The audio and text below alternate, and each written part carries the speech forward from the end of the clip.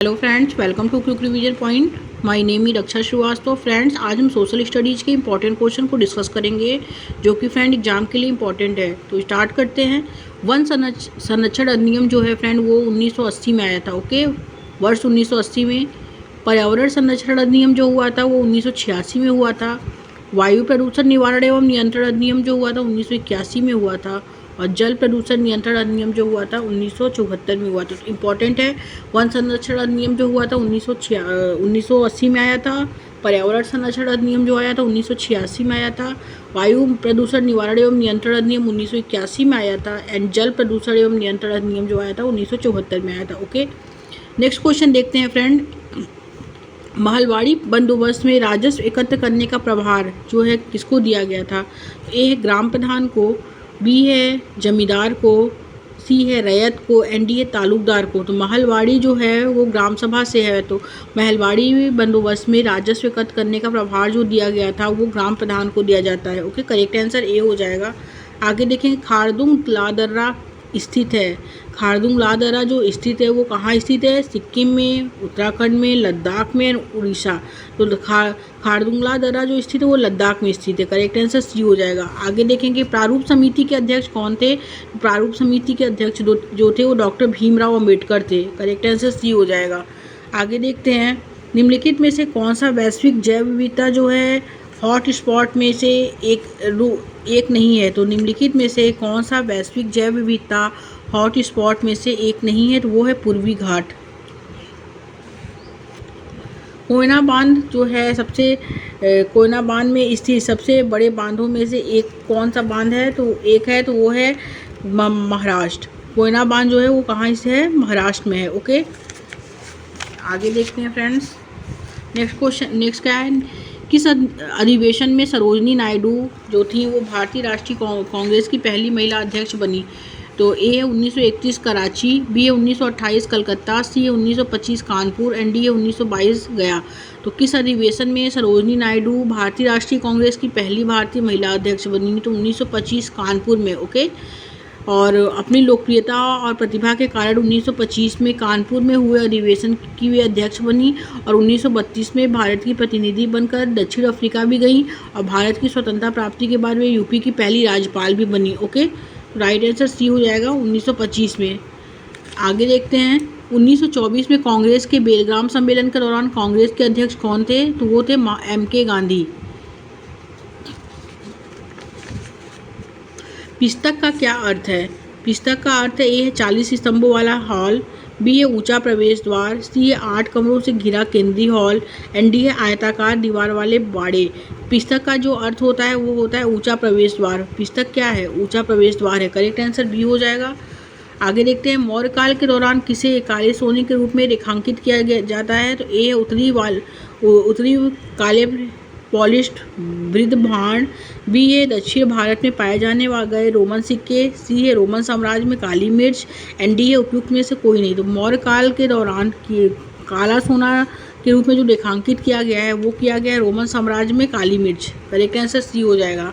आगे देखते हैं, निम्नलिखित कथनों पर विचार कीजिए। फर्स्ट है, हाइड्रोजन और ऑक्सीजन वायुमंडल में मुख्य गैस हैं। सेकंड है, carbon dioxide, helium, ozone, argon और नाइट्रोजन कम मात्रा में पाई जाती है। इसमें दोनों गलत है। ओके, हाइड्रोजन और ऑक्सीजन वायुमंडल में मुख्य गैस हैं, गलत है ये। और बी सेकंड है कि कार्बन डाइऑक्साइड और हीलियम, ओजोन, आर्गन और नाइट्रोजन कम मात्रा में पाई जाती है, ये भी गलत है। तो इसमें दोनों गलत है। ओके, आगे देखते हैं फ्रेंड्स, नेक्स्ट क्वेश्चन क्या है?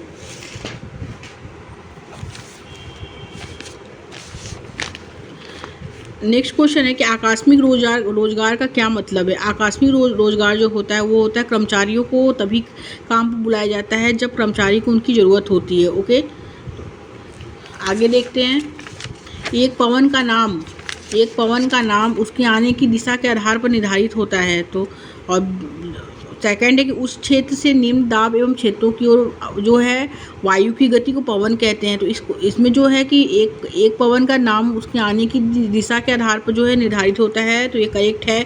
और उच्च जो दाब है क्षेत्र से निम्न दाब क्षेत्र की ओर जो वायु की गति को पवन कहते हैं, तो ये भी करेक्ट है। ओके, आगे देखते हैं, भारत में नगर निगमों के बारे में निम्नलिखित में से कौन सा कथन सत्य है।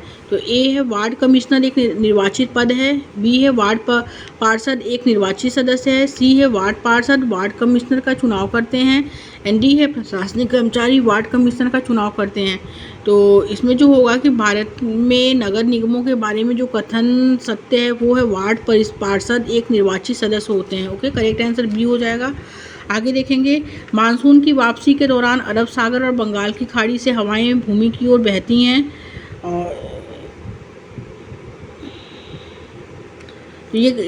और सेकंड है कि तमिलनाडु आंध्र प्रदेश में मानसून की वापसी के दौरान वर्षा होती है। तो सेकंड इसमें करेक्ट है, और तो सेकंड करेक्ट है लेकिन फर्स्ट इसमें गलत है। ओके, क्योंकि अरब सागर और बंगाल की खाड़ी से हवाएं जो है भूमि की ओर बहती हैं, फिर हवाएं मुख्य भूमि से बंगाल की खाड़ी की ओर फिर वापस चली आती हैं। तो हवाएं भूमि की ओर बहती हैं लेकिन फिर वहाँ से वापस आती हैं। ओके, और यह लौटते हुए मानसून की क्या है, ऋतु है। तो ये गलत है, इसमें दिया है कि बस मानसून की वापसी के दौरान अरब सागर और बंगाल की खाड़ी से हवाएं जो है भूमि की ओर बहती भी हैं और साथ में फिर वापस चली आती हैं। ओके, और तमिलनाडु और आंध्र प्रदेश जो है मानसून की वापसी के दौरान जो है उसमें वर्षा होती है। तो ये करेक्ट है, बस ओनली इसमें सेकंड करेक्ट है, फर्स्ट गलत हो जाएगा। तो राइट आंसर बी हो जाएगा फ्रेंड्स। आगे देखेंगे, the Bedouins and Tuaregs found in Sahara desert are. तो इसे ट्रिप्स है कहते हैं। ओके, जनजाति का है। बिडोनियस और टूरेज जो है वो क्या है, वो जनजाति है। बी ऑप्शन राइट हो जाएगा। आगे देखेंगे, गंगा और कुछ इंपॉर्टेंट है, गंगा और ब्रह्मपुत्र नदी के सबसे बड़े डेल्टा जो होते हैं वो सुंदरवन डेल्टा का निर्माण करते हैं। ओके, और डेल्टा जो होता है वो आकार में त्रिकोणी होते हैं। ये सर्सन रीजन के क्वेश्चन में पूछता है कि गंगा और ब्रह्मपुत्र नदी के सबसे बड़े डेल्टा सुंदरवन डेल्टा का निर्माण करते हैं और डेल्टा आकार में त्रिकोणी होते हैं, और यह नदी के मुहाने पर बना जो है भूमि का एक क्षेत्र है।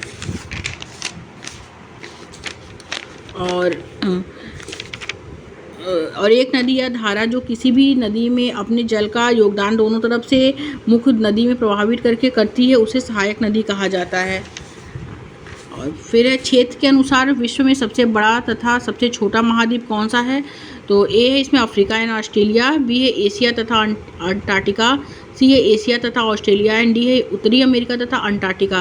तो क्षेत्र के अनुसार विश्व में सबसे बड़ा तथा सबसे छोटा महाद्वीप जो है वो एशिया तथा ऑस्ट्रेलिया। ओके, एशिया जो है विश्व का सबसे बड़ा और सबसे अधिक तो विश्व में सबसे बड़ा तथा सबसे छोटा पूछा है तो इसमें एशिया है। एशिया सबसे बड़ा महाद्वीप है और ऑस्ट्रेलिया जो है वो सबसे छोटा महाद्वीप है। ओके, और एशिया जो है वो विश्व का सबसे बड़ा और सबसे अधिक आबादी वाला महाद्वीप है और पृथ्वी के कुल क्षेत्रफल के 1/3 भाग में फैला हुआ है, और यह महाद्वीप पूर्वी और उत्तरी गोलार्ध में भी स्थित है। और कर्क रेखा इस महाद्वीप से होकर गुजरती है। वेरी इंपॉर्टेंट है कि कर्क रेखा किस महाद्वीप से होकर गुजरती है, तो एशिया महाद्वीप से होकर गुजरती है। और एशिया के पश्चिम में यूराल पर्वत भी है जो इसे यूरोप से जो है अलग करता है। एशिया के पश्चिम में कौन सा पर्वत है, तो यूराल पर्वत है, और वो किसको अलग करता है, तो वो यूरोप को अलग करता है। और यूरोप एवं एशिया के संयुक्त भाग को क्या कहते हैं, यूरेशिया कहते हैं। ओके, तो इम्पॉर्टेंट है कि विश्व में सबसे बड़ा महाद्वीप एशिया है और सबसे छोटा महाद्वीप ऑस्ट्रेलिया है।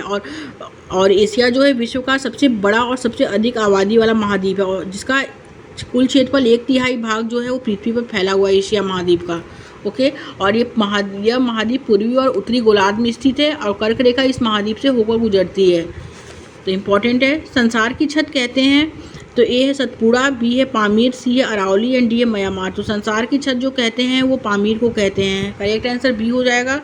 आगे देखेंगे, तक्षशिला जो है उत्तर पश्चिम का प्रवेश द्वार था और उज्जैन उत्तर से दक्षिण भारत के मार्ग पर क्या है, स्थित है। ओके, तो ये दोनों सही है। आगे देखते हैं, क्वेश्चन है, अशोक का धम्म बुद्ध की शिक्षाओं से प्रेरित था। तो ये क्या है, ये करेक्ट है कि अशोक का धम्म जो था वो बुद्ध की शिक्षाओं से क्या था, प्रेरित था। और धम्म जो होते हैं महापद नियुक्त किए गए थे और वे जगह जगह जाकर लोगों को धम्म के बारे में बताते थे।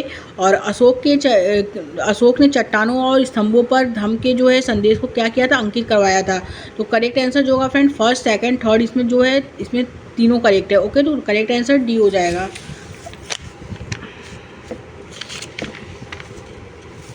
आगे देखते हैं, भारतीय क्रांति की जननी किसे कहा गया है। तो भारतीय क्रांति की जननी? ए है इसमें श्रीमती एनी बेसेंट, बी है स्नेहलता, सी है madam Bhikaiji Rustom Cama and D है सरोजनी नायडू। तो भारतीय क्रांति का जननी जो कहा गया वो मैडम भिखाजी रुस्तम कामा को कहा गया। सी ऑप्शन करेक्ट हो जाएगा। आगे देखते हैं, राजस्व बंदोबस्त की महलवाड़ी प्रणाली निम्नलिखित में से किस क्षेत्र में शुरू की गई थी? तो ए है बंगाल, बी है बॉम्बे, सी है मद्रास एंड डी है उत्तर पश्चिमी प्रांत। तो राजस्व बंदोबस्त की महलवाड़ी प्रणाली जो शुरू की गई थी वो उत्तर पश्चिमी प्रांत में शुरू की गई थी। आगे देखते हैं, किंग जॉर्ज V और क्वीन मैरी की मुंबई यात्रा के स्मरणोत्सव के लिए कौन सा स्मारक बनाया गया था? तो वो बनाया गया था गेटवे ऑफ इंडिया। निम्नलिखित कथन पर विचार करें। सतलज सिंधु नदी की सबसे सहायक नदी है, करेक्ट है। और चिनाब सिंधु नदी की सबसे लंबी सहायक नदी है, ये भी करेक्ट है। तो ए और बी क्या है, दोनों इसमें सही है। आगे देखते हैं, कैगा परमाणु ऊर्जा स्टेशन किस राज्य में स्थित है? तो कैगा परमाणु ऊर्जा स्टेशन जो है वो कर्नाटक में है और कलपक्कम जो है वो तमिलनाडु में है। ओके,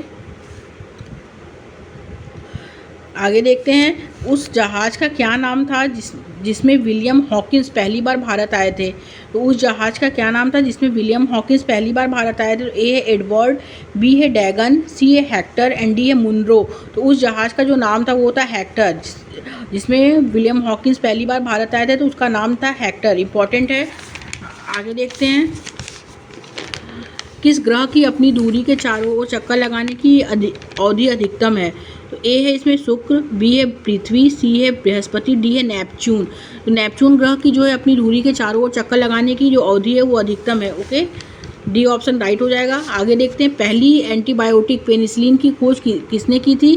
तो ए है फ्रांसिस क्रिक, बी है जेम्स वाटसन, सी है हेनरी मोसेली एंड डी है अलेक्जेंडर फ्लेमिंग। तो पहली एंटीबायोटिक पेनिसिलिन की खोज जो की थी वो अलेक्जेंडर फ्लेमिंग ने की थी। करेक्ट आंसर डी हो जाएगा। आगे देखेंगे, जब आप फतेहपुर सीकरी में बुलंद दरवाजे में प्रवेश करते हैं तो इनमें से किसका मकबरा आपके सामने होगा? तो ए है सलीम चिश्ती, बी है अकबर, सी है जहांगीर एंड डी है बलबन। तो जब आप फतेहपुर सीकरी में बुलंद दरवाजे में प्रवेश करते हैं तो इनमें से जो मकबरा होगा वो होगा सलीम चिश्ती का मकबरा आपके सामने होगा। ओके, करेक्ट आंसर ए हो जाएगा। फतेहपुर सीकरी में जब बुलंद दरवाज़ा है उसमें प्रवेश करने पे आपको जो सामने जो मकबरा दिखता है वो सलीम चिश्ती का मकबरा है। करेक्ट आंसर ए है। ये क्वेश्चन कौन बनेगा करोड़पति में भी पूछा गया है, कई एग्ज़ाम में भी ये क्वेश्चन आया है। इंपॉर्टेंट है क्वेश्चन, ये सेंट्रल लेवल में भी आया है, डिफरेंट एग्जाम में ये क्वेश्चन पूछा गया है। आगे देखते हैं, पहली एंटीबायोटिक पेनिसिलिन की खोज किसने की थी? तो वो की थी अलेक्जेंडर फ्लेमिंग ने। और डायनामाइट का आविष्कारक कौन है? तो डायनामाइट का आविष्कारक जो है अल्फ्रेड नोबल है। ओके, करेक्ट आंसर ए हो जाएगा इसमें। आगे देखते हैं फ्रेंड्स, वह कौन सी अवस्था है महाजनपदों के राजाओं शासकों ने नियमित रूप से कर वसूले? निम्नलिखित में से कौन से कर के स्रोत थे? तो महाजनपदों के राजाओं शासकों ने नियमित रूप से कर वसूले और निम्नलिखित में से कौन से कर के स्रोत थे? तो ए है फसलों पर कर, बी है शिल्पकारों पर कर, सी है व्यापारियों पर कर और तीर्थयात्रियों पर कर नहीं है। महाजनपदों के राजाओं और शासकों ने जो कर वसूले वो फसलों पर कर, शिल्पकारों पर कर, व्यापारियों पर कर वसूले। ओके, तो करेक्ट आंसर जो होगा ए, बी और सी हो जाएगा। राइट आंसर ए हो जाएगा। आगे देखते हैं, निम्नलिखित कथन पर विचार करें तथा उपयुक्त विकल्प चुनें। कथन ए है कि सम्राटों को राजाओं की तुलना में ज़्यादा संसाधनों की आवश्यकता होती थी, तो करेक्ट है। और कथन सेकंड है कि सम्राटों के पास बड़ी संख्या में कर इकट्ठा करने वाले अधिकारी होते थे, तो ये भी करेक्ट है कि सम्राटों को राजाओं की तुलना में ज़्यादा संसाधनों की आवश्यकता होती थी और सम्राटों के पास बड़ी संख्या में कर इकट्ठा करने वाले क्या होते थे? अधिकारी होते थे। तो ए फर्स्ट एंड सेकंड इसमें दोनों सही है और फर्स्ट जो है वो सेकंड की व्याख्या भी करता है। राइट आंसर सी हो जाएगा। आगे देखते हैं फ्रेंड्स, निम्नलिखित में से कौन सा दिल्ली सल्तनत का भाग नहीं है? दिल्ली सल्तनत का कौन सा वो भाग नहीं है? तो राजपूत वंश दिल्ली में आते हैं, प्रारंभिक तुर्की शासक, सैयद वंश, बट मंगोल जो है वो दिल्ली सल्तनत का भाग नहीं है। ओके, राइट आंसर बी हो जाएगा। आगे देखते हैं, निम्नलिखित में से कौन सा 12वीं शताब्दी में प्रौद्योगिकी एवं शैली संबंधी दिखाई पड़ने वाला परिवर्तन था? तो ए है चापाकार एवं चूना पत्थर सीमेंट का प्रयोग, बी है अनुप्रस्थ तोड़ा निर्माण एवं चूना पत्थर सीमेंट का प्रयोग, सी है अनुप्रस्थ तोड़ा निर्माण एवं चापाकार एंड डी है चापाकार अनुप्रस्थ तोड़ा निर्माण एवं चूना पत्थर सीमेंट का प्रयोग। तो जो 12वीं शताब्दी में प्रौद्योगिकी एवं शैली संबंधी दिखाई पड़ने वाला जो परिवर्तन है वो है चापाकल एवं चूना पत्थर सीमेंट का प्रयोग। राइट आंसर ए हो जाएगा। आगे देखते हैं, निम्नलिखित कथन पर विचार करें तथा उपयुक्त विकल्प चुनें। कथन फर्स्ट कहता है 12वीं शताब्दी के अभिलेख संकेत करते थे कि वर्ण की बजाय जाति समाज के संगठन का आधार बनी, तो ये करेक्ट है। और कथन सेकंड है कि एकता के विचार को प्रोत्साहित करने के लिए कई जनजातियों एवं विशेषज्ञता प्राप्त शिल्पकारों को जातियों का दर्जा दे दिया गया, तो ये गलत है। ओके, राइट आंसर जो होगा फ्रेंड बी हो जाएगा। आगे देखते हैं, नीचे दिए गए कथन पर विचार करें तथा उपयुक्त विकल्प का चुनें। कथन फर्स्ट है, ईस्ट इंडिया कंपनी के कुछ नियम जो थे सिपाहियों की धार्मिक भावनाओं और आस्थाओं को ठेस पहुंचाते थे, बिल्कुल करेक्ट है। और कथन सेकंड कहता है कि 1824 में सिपाहियों ने समुद्र के रास्ते जो है बर्मा जाने से मना कर दिया, परंतु जमीन के रास्ते जाने का जो है प्रस्ताव दिया। तो फर्स्ट एंड सेकंड इसमें दोनों सही है, और सेकंड जो है फर्स्ट का उदाहरण है। ओके, तो करेक्ट आंसर डी हो जाएगा। आगे देखते हैं फ्रेंड्स, जनजातियों का उनके प्रभाव, जनजाति का उनके प्रभाव वाले क्षेत्रों के साथ सुमेल कीजिए। तो खोखर जनजाति जो होती है वो पंजाब की है, वेरी इंपॉर्टेंट है। खोखर कहाँ का है? वो पंजाब का है। और लंघार जनजाति जो है वो मुल्तान की है, बी का फर्स्ट हो जाएगा। सी का ए का थर्ड, बी का फर्स्ट। बलोच जनजाति जो है वो कहाँ की है? वो है भारतीय उपमहाद्वीप के उत्तर पश्चिम की। ओके, और गड्डी जनजाति जो है पश्चिम हिमालय की है। तो ए का हो जाएगा थर्ड, बी का हो जाएगा फर्स्ट, सी का हो जाएगा फोर एंड डी का हो जाएगा सेकंड। तो राइट आंसर ए हो जाएगा। आगे देखते हैं फ्रेंड्स, ब्रिटिश शासन की आदिवासी मामलों पर भूमिका के संदर्भ में कथनों पर विचार करें और सही विकल्प चुनें। तो ए है इसमें कि ब्रिटिश शासन के तहत आदिवासी मुखियाओं के कार्यों और ताकत में बहुत परिवर्तन आया। और कथन बी है कि आदिवासी मुखियाओं को कई गांवों एवं ज़मीनों का जो है मालिकाना मिला और अर्थ में ज़मीन को किराए पर देने का अधिकार भी मिला। तो ए और बी इसमें दोनों सही है। ओके, तो करेक्ट आंसर सी हो जाएगा। आगे देखते हैं, निम्नलिखित संस्थाओं का उनके द्वारा दिए गए कार्यों के साथ जो है वो मिलान कीजिए और सही विकल्प चुनिए। तो ब्रह्म समाज जो था वो क्या था? ब्रह्म समाज जो था वो था मूर्ति पूजा और बलि का निषेध करते थे ब्रह्म समाज में। ओके, तो ए का जो हो जाएगा थर्ड हो जाएगा। डेरेजियो एवं यंग बंगाल और ब्रह्म समाज के लेखक कौन है? तो ब्रह्म समाज के लेखक जो हैं वो राजा राम मोहन राय। डेरेजियो यंग बंगाल आंदोलन जो है वो है सोच व अभिव्यक्ति की स्वतंत्रता की मांग। ओके, तो बी का फर्स्ट हो जाएगा।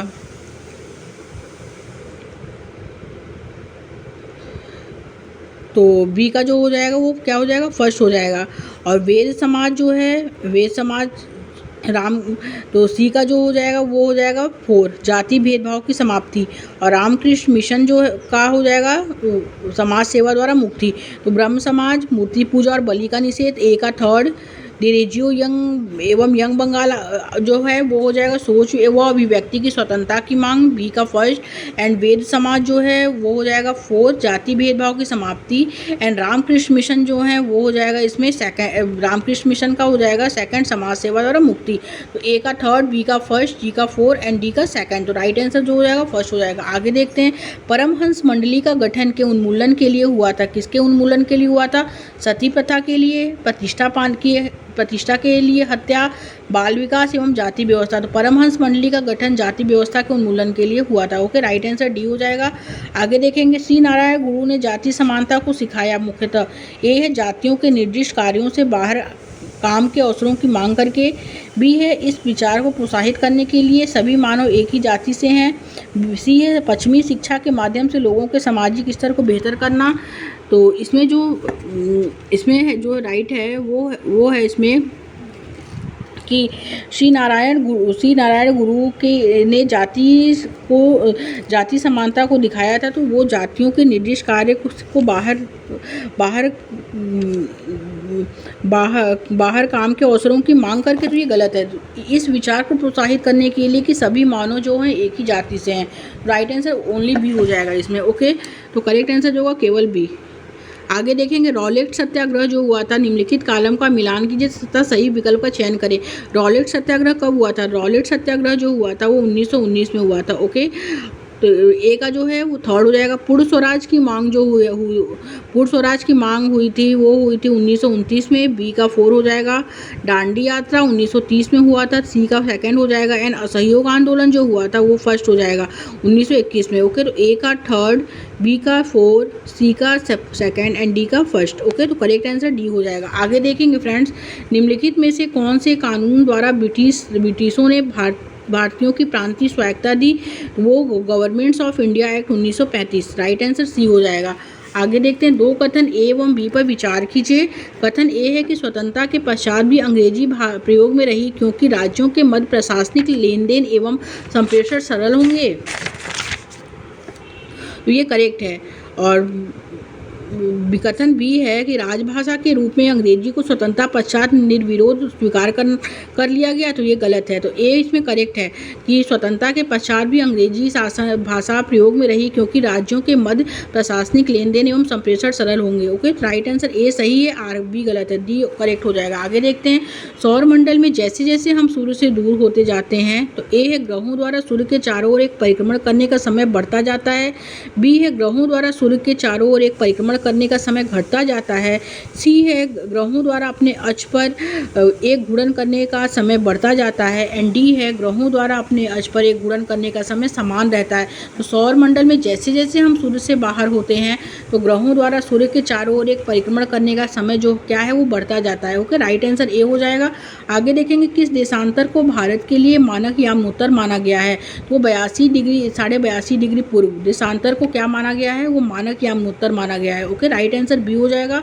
आगे देखते हैं, निम्नलिखित में से कौन सा कथन एंडीज पर्वत और ग्रेट डिवाइडिंग रेंज से संबंधित है? तो ए है इसमें विषुवत रेखा इन दोनों क्षेत्रों से होकर गुजरती है। बी है मकर रेखा इन दोनों क्षेत्रों से होकर गुजरती है। सी है दोनों एक ही समय क्षेत्र में अवस्थित हैं। एंड डी है दोनों महाद्वीप के पूर्वी भाग में अवस्थित हैं। तो एंडीज पर्वत और ग्रेट डिवाइडिंग रेंज जो है वो मकर रेखा और इन दोनों क्षेत्रों से होकर क्या है गुजरती है। करेक्ट आंसर बी हो जाएगा। आगे देखते हैं, निम्नलिखित कथन पर विचार कीजिए। ग्लोब जो है, ग्लोब किसी एक देश के बारे में मानचित्र की अपेक्षा ज़्यादा जानकारी देता है, तो ये गलत है। बड़े क्षेत्र वाले भाग जैसे महाद्वीप या छोटे पैमाने वाले मानचित्र पर दर्शाया गया है। ओके, और मानचित्र पर पठारों को दर्शाने के लिए केवल लाल रंग का इस्तेमाल किया गया, तो ये गलत है। तो ओनली इसमें बी करेक्ट है कि बड़े क्षेत्र वाले भागों जैसे महाद्वीप या देशों को छोटे पैमाने वाले मानचित्र पर क्या किया गया है, दर्शाया गया है। ओके, राइट आंसर बी हो जाएगा। तो राइट आंसर जो होगा ओनली बी करेक्ट है। आगे देखेंगे, जैव मंडल में सभी जीवित जो हैं जीव जंतु, ए है एक दूसरे से परस्पर संबंधित है पर निर्भर नहीं है। बी है एक दूसरे पर परस्पर निर्भर है पर संबंधित नहीं है। सी है न तो एक दूसरे से परस्पर संबंधित है न ही निर्भर है। एंड डी है एक दूसरे से परस्पर संबंधित हैं और निर्भर भी हैं। तो जैव मंडल में सभी जीवित जीव जंतु जो होते हैं वो एक दूसरे से परस्पर संबंधित हैं और निर्भर भी होंगे। राइट आंसर डी हो जाएगा। आगे देखेंगे, भारतीय उपमहाद्वीप में जिन पशुओं का उपचार डाइक्लोफेनेक एक पीड़ानाशक दवाई से किया जाता था उनके अपमार्जन उपरांत जो है गिद्ध किडनी खराब होने से मर रहे थे। उनको बचाने के लिए कौन से कदम प्रासंगिक हैं? तो फर्स्ट है इसमें डाइक्लोफेनेक के उत्पादन पर रोक, तो ये गलत है। बी है पशुओं के लिए डाइक्लोफेनेक के उपयोग पर रोक। और ई है इसमें आरक्षित स्थानों पर गिद्ध के प्रजनन का प्रयास करना। तो बी और सी इसमें ई जो है वो राइट आंसर हो जाएगा। ओके, बाकी जो है कि गिद्धों के दूसरे महाद्वीपों के ये नहीं है। तो डाइक्लोफेनेक एक के उत्पादन पे रोक एंड आरक्षित स्थानों पर गिद्ध के प्रजनन का प्रयास करना। करेक्ट आंसर इसमें बी हो जाएगा फ्रेंड्स। आगे देखते हैं, निम्नलिखित कथन पर विचार कीजिए। कथन ए है सौर ऊर्जा को एक महत्वपूर्ण नवीकरणीय संसाधन के रूप में देखा जाता है, तो ये करेक्ट है। और कथन बी है कि ज़रूरत से ज़्यादा इस्तेमाल और प्रदूषण का किसी भी नवीकरणीय संसाधन पर प्रभाव नहीं पड़ता है, तो ये क्या है, ये गलत है। ओके, तो करेक्ट आंसर बस हो जाएगा ए, ओनली ए सही है। सी ऑप्शन करेक्ट हो जाएगा। आगे देखेंगे, गल्फ स्ट्रीम उदाहरण है। गल्फ स्ट्रीम ए है गर्म जलधाराओं का, बी है ठंडी जलधाराओं का, सी है महासागरीय जलधाराओं का, एंड डी है पवनों का। तो गल्फ स्ट्रीम जो होती है वो गर्म जलधारा होती है और लैब्राडोर करेंट जो होता है वो ठंडी जलधारा होता है। ओके, तो गल्फ स्ट्रीम जो है वो क्या है, गर्म जलधाराओं का। आगे देखेंगे, पवन के संदर्भ में निम्न कथन पर विचार कीजिए। तो पवन क्या है, ए भूमध्य रेखी निम्न पेटीकोल डोलड्रम भी कहा जाता है, और बी है हार्स अक्षांश उच्च दाब क्षेत्र है। तो ए और बी क्या है, इसमें दोनों सही है। ओके, तो राइट आंसर सी हो जाएगा। आगे देखते हैं, ऋतु प्रवास हेतु लोग अक्सर रहते हैं, कहाँ रहते हैं? तो ए है शहरों में, बी है स्थायी बस्तियों में, सी है अस्थायी बस्तियों में, एंड डी है खुले में बिना किसी आश्रम के। तो स्थायी प्रवास के लोग जो अक्सर रहते हैं वो कहाँ रहते हैं? वो अस्थायी बस्तियों में रहते हैं। ओके, राइट आंसर सी हो जाएगा। नेक्स्ट है कि अगर किसी सेल में तांबा मौजूद है तो उस सेल का रंग क्या होगा? अगर किसी सेल में तांबा मौजूद है तो उस सेल का रंग जो होगा वो नीला होगा। ओके, सी ऑप्शन करेक्ट हो जाएगा। आगे देखते हैं, संभाव्य संसाधन का निकट भविष्य में इस्तेमाल हो सके इसके लिए कौन सा कदम उठाया जाना चाहिए? तो संसाधन से जुड़ी हुई प्रौद्योगिकी के स्तर को बढ़ाकर। ओके, राइट आंसर ए हो जाएगा फ्रेंड्स। आगे देखते हैं, नीचे दिए गए ए और बी आर पर विचार कीजिए। कथन ए है कि सूती वस्त्र उद्योग और जूट आधारित उद्योगों में कुछ समान लक्षण मौजूद हैं जिसकी वजह से इन्हें सनराइज उद्योग के रूप में भी जाना जाता है। ओके, और तो ये गलत है। और सनराइज उद्योगों में सूर्य की किरणों की तीव्रता महत्वपूर्ण भूमिका निभाती है, तो ये भी गलत है। तो इसमें दोनों गलत है। ओके, तो राइट आंसर जो है फ्रेंड डी हो जाएगा। आगे देखेंगे, हमारे राष्ट्रगान का बंगाली से हिंदी अनुवाद किसने किया था? तो ए है रविन्द्रनाथ टैगोर, बी है बंकिम चंद्र चट्टोपाध्याय, सी है सरोजनी नायडू, एंड डी है सुभाष चंद्र बोस।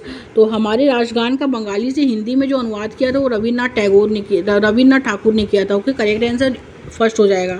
आगे देखेंगे, निम्नलिखित में से क्या विविधता नहीं बल्कि भेदभाव का एक उदाहरण है? तो ए है एक अपार्टमेंट के कुछ परिवार होली का त्यौहार मनाते हैं तो कुछ क्रिसमस का।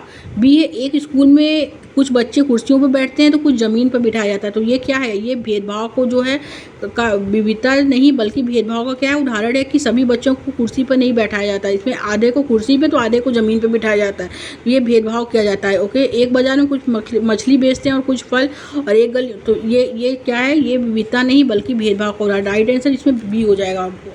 नेक्स्ट क्वेश्चन देखेंगे, एक राज्य के मुख्यमंत्री की नियुक्ति कौन करता है? तो मुख्यमंत्री की जो नियुक्ति करता है वो राज्यपाल करता है। ओके, करेक्ट आंसर डी हो जाएगा। आगे देखेंगे, निम्नलिखित में से कौन सा कथन भारत में नगर प्रशासन के संबंध में सही नहीं है? तो नगर निगम शहरों में स्कूल एवं अस्पतालों का प्रबंधन करते हैं। नगर निगम जो होते हैं फ्रेंड वो बड़े शहरों में नगर पालिकाएं होती हैं। ओके, ना कि शहरों में स्कूल एवं अस्पतालों का प्रबंधन करते हैं। तो राइट आंसर बी हो जाएगा इसमें ओनली। आगे देखेंगे, निम्नलिखित में से कौन स्वरोजगार में संलग्न है? स्वरोजगार में संलग्न जो है, ए है एक कपड़े के कारखाने में काम करने वाला श्रमिक, बी है एक सौंदर्य प्रसाधन ब्रांड की विक्रेता, सी है एक रिक्शा चलाने वाला। तो एक रिक्शा चलाने वाला जो है वो क्या है? वो स्वरोजगार में संलग्न है। ओके, तो राइट आंसर इसमें सी हो जाएगा। आगे देखेंगे, राजू के पास 15 एकड़ उर्वर जमीन है, उसे 1 लाख रुपए का ऋण बीज जो है खरीदने के लिए सरकारी बैंक से मिला और वह संपत्ति किस परिवार से है? तो वो बड़े किसान परिवार से है। ओके, करेक्ट आंसर डी हो जाएगा। आगे देखते हैं, निम्नलिखित में से किस वर्ग के लिए संसद में आरक्षण की मांग लंबे समय से चलती जा रही है? तो ए है अनुसूचित जाति, अनुसूचित जनजाति, एंग्लो इंडियन समुदाय, महिलाओं के लिए जो है वो संसद में आरक्षण की मांग लंबे समय से चलती जा रही है। ओके, राइट आंसर डी हो जाएगा। आगे देखेंगे, अमार जीवोम एक के अनुभवों की विवरण करती हुई एक आत्मकथा किसकी है? तो गृहिणी की है, अमार जीवोम। ओके, राजसुंदरी देवी की है और वो एक गृहिणी थी। राइट आंसर सी हो जाएगा। आगे देखेंगे, उच्चतम न्यायालय ने किस मौलिक अधिकार का विस्तार करते हुए जीविका के अधिकार को उसका अंग बताया है? तो जीवन के अधिकार का। ओके, राइट आंसर सी हो जाएगा। आगे देखते हैं, निम्नलिखित कौन कौन से जो हैं वो भारतीय संविधान के वैध कार्य हैं? तो वैध कार्य जो हैं यह कुछ हद तक विश्वास पैदा करता है जो विभिन्न प्रकार के लोगों के साथ साथ रहने के लिए आवश्यक है। ये करेक्ट है। बी क्या यह उल्लेख करता है कि सरकार का गठन कैसे होगा? ये भी करेक्ट है। तो पहला और दूसरा इसमें करेक्ट है। और यह अभिव्यक्त है कौन कैसे किसकी आस्था में पालन करता है? तो ये गलत है। ए और बी क्या है? वो सही है, वैध कार्य है भारतीय संविधान के। तो राइट आंसर ए हो जाएगा। आगे देखते हैं, निम्नलिखित में से कौन सा घरेलू हिंसा से महिलाओं का संरक्षण अधिनियम 2005 से संबंधित नहीं है? तो महिलाओं का जो पति द्वारा यौन उत्पीड़न, घर के भीतर मौखिक और भावात्मक धमकियां, घर के भीतर एक महिला का आर्थिक शोषण, तो 2005 अधिनियम जो संबंधित है नहीं है वो है महिला की जाति के आधार पर सामाजिक भेदभाव। करेक्ट आंसर डी हो जाएगा। आगे देखते हैं, 1989 ईस्वी में लाया गया एक अत्याचार निवारण कानून निम्नलिखित में से किसे संरक्षण प्रदान करने की चेष्टा करता है? वो अनुसूचित जाति एवं अनुसूचित जनजाति के लिए। राइट आंसर डी हो जाएगा। आगे देखते हैं, मध्याह्न भोजन योजना ने महिलाओं ने स्कूलों में पूर्वाग्रहों को कम करने में सहायता की, तो वो जातीय पूर्वाग्रहों को कम करने की क्या की, सहायता की। ओके, राइट आंसर बी हो जाएगा। आगे देखते हैं, उच्च प्राथमिक स्तर पर सामाजिक विज्ञान का ध्यान मुख्य रूप से केंद्रित होता है, तो ए है विद्यार्थियों को समकालीन मामले एवं समस्याओं को से परिचित कराने पर, बी है पर्यावरण संसाधनों व विकास के मामलों से संबंधित नई दृष्टिकोण को विकसित करने पर, एंड सी है भारतीय इतिहास के अध्ययन के माध्यम से बहुलवाद एवं परिवर्तन की संकल्पनाओं पर बल देने पर। ओके, तो ए, बी और सी इसमें राइट तीनों हो जाएगा, तो करेक्ट आंसर बी हो जाएगा। आगे देखेंगे, पांडुलिपि एवं प्रलेख इतिहासकारों को विस्तृत जानकारी उपलब्ध कराते हैं, परंतु उन्हें जनसाधारण द्वारा उपयोग किया जाना कठिन है, क्योंकि पांडुलिपियाँ जो हैं, पांडुलिपियों का कूटनानुवाद करना कठिन है, तो ये करेक्ट है। एंड पांडुलिपियों की मौलिकता की परख की चुनौतियाँ, ये करेक्ट है, तो पहला और ए और सी राइट हो जाएगा। राइट आंसर जो हो जाएगा वो सी हो जाएगा। आगे देखते हैं, सीखने से संबंधित अक्षमता वाले विद्यार्थी श्रेष्ठ रूप से दूसरे विद्यार्थियों के साथ सीख सकते हैं अगर कक्षा में समावेशी, अगर कक्षा क्या है, समावेशी है, तो अगर समावेशी कक्षा है तो सीखने से संबंधित या लर्निंग डिसेबिलिटी वाले विद्यार्थी श्रेष्ठ रूप से दूसरे विद्यार्थियों से क्या करते हैं, सीख सकते हैं। ओके, तो राइट आंसर सी हो जाएगा इसमें। आगे देखेंगे, निम्नलिखित कथन मानसिक ब्रेन स्टॉर्मिंग से संबंधित है, तो ए है ब्रेन स्टॉर्मिंग विद्यार्थियों के विषय पर विचारों को विस्तृत करने में मददगार होती है, तो करेक्ट है।